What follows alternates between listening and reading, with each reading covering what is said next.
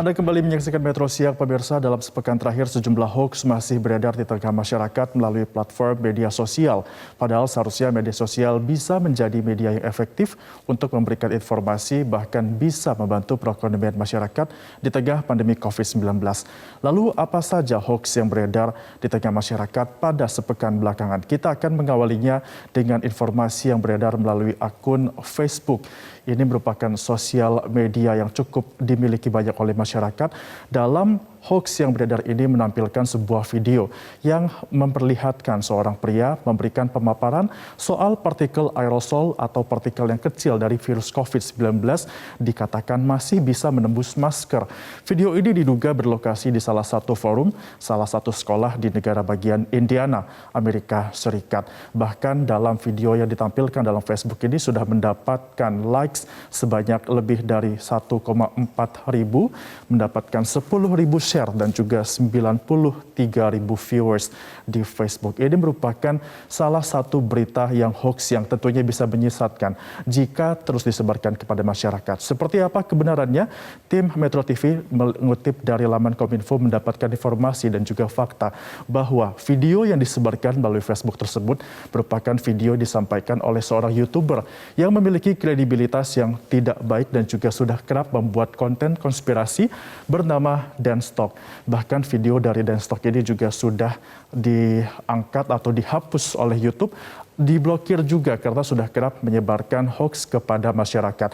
Bahkan dalam video juga disampaikan bahwa dia mengutip pernyataan dari CDC Amerika Serikat. Kita akan melihat bagaimana sanggahan dari CDC Amerika Serikat selanjutnya yang juga mengatakan bahwa tidak ada kaitannya terkait dengan aerosol dan juga penggunaan masker, di mana CDC atau Pusat Pengendalian dan Pencegahan Penyakit Amerika Serikat mengatakan masker adalah penghalang atau cara sederhana untuk membantu mencegah droplets atau aerosol dari pernapasan sehingga kita tidak memaparkannya ke orang lain. Dan ini juga berbagai penelitian menunjukkan bahwa masker mengurangi paparan droplet dan juga infeksi, sehingga tidak benar kalau masker justru masih bisa tembus dari virus COVID-19, sehingga masyarakat pun harus diimbau untuk terus menggunakan masker di tengah pandemi COVID-19. Ini merupakan informasi hoax dan seperti inilah fakta yang sudah dipaparkan oleh Kominfo. Selain itu pemirsa, ada juga hoax lainnya, kali ini disebarkan melalui Twitter yang menarasikan bahwa ada seseorang yang positif COVID-19 setelah beberapa hari disuntikan vaksin COVID-19. Ini merupakan tweetnya yang disebarkan dan juga sudah dibaca oleh halayak. Padahal si penyebar ini mengklaim bahwa vaksin COVID-19 justru membuat positif COVID-19, seolah-olah memberikan pengalaman divaksin 3 hari kemudian langsung positif COVID-19. Seperti apa faktanya? Kita akan mengecek langsung dari ahli dan juga tetap mengutip dari laman Kominfo. Yang pasti ini merupakan pernyataan dari ahli patologi klinis Universitas 11 Maret, yakni Tonang Dwi Ardianto, yang mengatakan bahwa tidak benar isi vaksin tidak mempengaruhi hasil tes COVID-19 baik antigen maupun PCR. Kalaupun ada yang dinyatakan positif COVID-19 setelah melakukan vaksin, tandanya orang tersebut itu justru tertular, bukan berarti karena vaksinasinya. Ini juga sudah disanggah langsung oleh tokoh tersebut sehingga dapat dipastikan bahwa apa yang disebarkan melalui Twitter yang mengatakan bahwa setelah divaksin justru positif COVID-19 merupakan informasi yang tidak benar.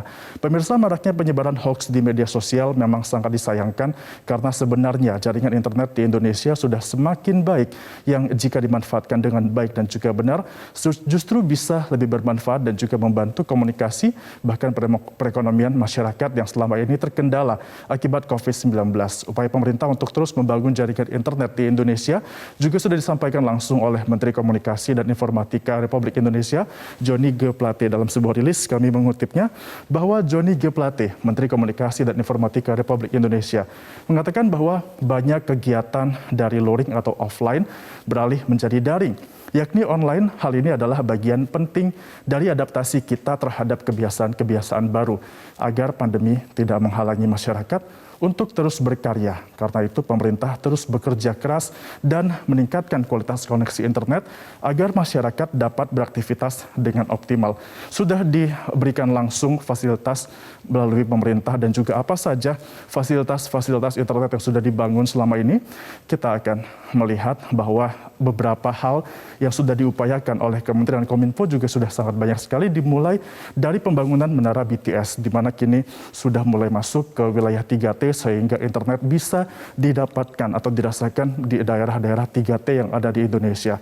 Kemudian juga pemerintah melakukan percepatan pembangunan infrastruktur daerah dan juga digital seperti optimalisasi dari jaringan palaparing, pembukaan titik akses internet baru secara masif, dan juga penambahan kapasitas satelit yang ada di Indonesia.